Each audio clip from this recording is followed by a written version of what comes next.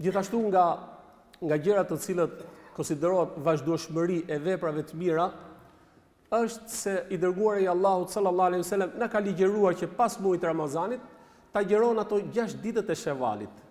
6 ditët e Shevalit janë ato ditët që ne jemi në muajin Shewal. Pra që bën në këtë muaj.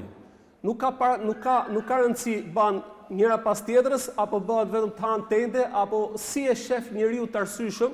E rëndësishme është që këto 6 ditë të kryen në këtë muaj, muajin Sheval, sepse ka një sevap dhe ka një shpërblim të madh. Thot profeti alayhi salatu wasalam, thot kush agjeron pas Ramazanit dhe 6 ditë e Shevalit, sikur ka agjeruar gjithë vitin. Se muaji Ramazanit 30 ditë dhe shpërblimi 1 me 10, pra 300 ditë dhe 6 ditët, 60 ditë, sikur ka agjeruar, thot i dërguari i Allahut sallallahu alaihi wasallam gjatë gjithë vitit. Pra, është mirë sepse ka sevapin e madh dhe këto 6 ditë bëhet vetëm në këtë muaj, muajin Sheval.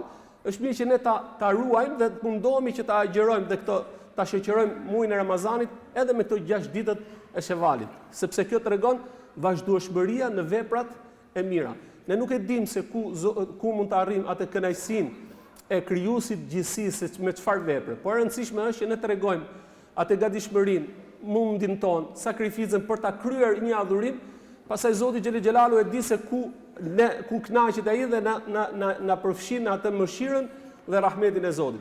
Dhe them e mbyll me një ngjarje ku profeti alayhi salatu wasalam i bëri habi një nga veprat që i bënte Bilali, që i kishte të vazhdueshme dhe nuk e ndëpriste. Thot i dërguari i Allahut ju drejtu Bilali, thot o Bilal, më ka bë habi hapat e tuaja i kam gjunë xhenet. Se profeti alayhi salatu wasalam natën e Miraxhit vizitoi dhe xhenetin dhe xhenemin. Dhe dëgjoi kur ishte në xhenet hapat e Bilalit.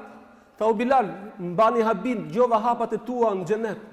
Çfarë bën ti? Pra Bilali e kishte marrë xhenetin para se të shkojë në xhenet. Tha i dërguari i Allahut, asgjë nuk bën ai vepër të madhe, por gjithmonë kur marrun abdes, natë apo ditë, mas abdesit e shoqëroi me 2 rekat namaz. Pra, ai bënte i vepër që do thot nuk e ndëpriste, e kishte të vazhdueshme me atë vepër ai fitoi xhenetin. E rëndësishme është që ne besimtarët do të jemi në veprat tona të vazhdueshëm.